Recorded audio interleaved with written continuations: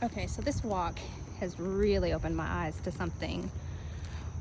Um, what do deer, like Bambi and his mom, what do deer think? Like, we've commercialized the whole, like, implanting or impressing emotional values on different animals. What if they don't have emotions like that?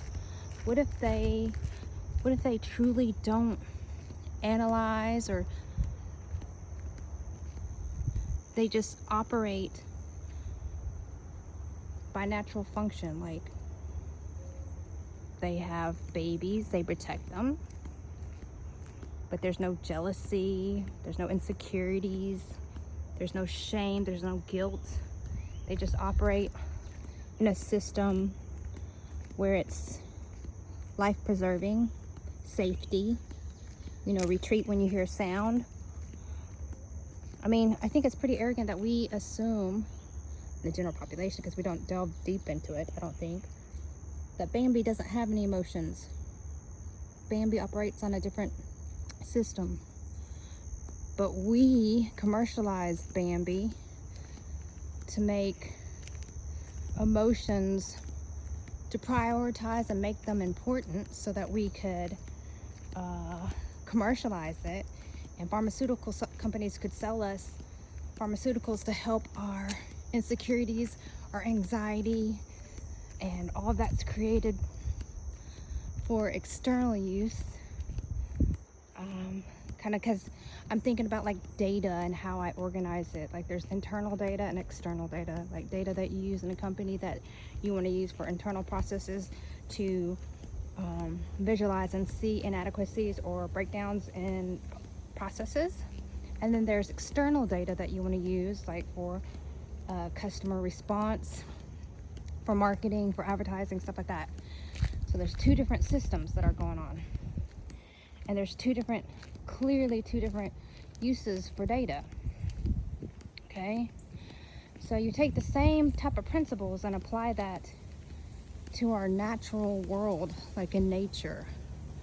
There's a system that man created, whatever intent they had, to make us think and believe, the general public believe, that animals have emotions. But that's so that we could relate to them, and we emphasize how important those emotions are, right? And have that, and keep on perpetuating that structure, like emotions are real important, right? And I do think that's what differentiates us from AI, is having emotions, having community, needing each other to progress into society, into a healthy society, and to maintain and to perpetuate growth and knowledge. But it's egotistical of us to assume that animals have that same type of system, because I'm not a biologist, but what if that's just years and years of us trying to, I can't think of the word, put on that system beliefs that we have.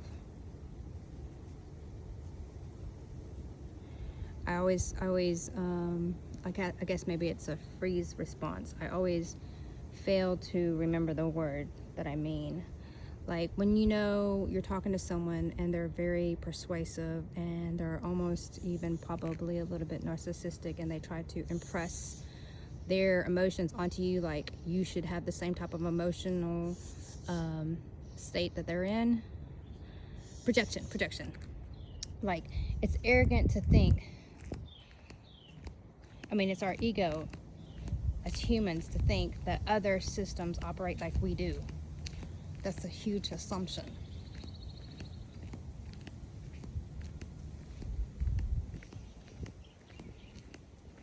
Like animals operate, but I don't know if they get sad.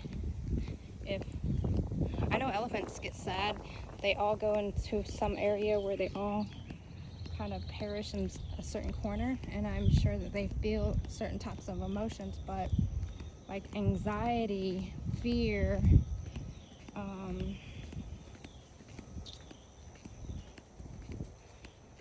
I don't know if they have the same. That's all I'm trying to say. And I see how we take the natural system and try to project our emotions like that's the same type of framework that they exist in, and I don't believe that's necessarily true. Because if they were, they'd have their own pharmacies, right? They'd have their own corporations, right? And they'd have, because they'd need pharmaceuticals to exist. Maybe that's just proof that that's a man-made system. I don't know. Where's my scientist and biologist and economist when you need one?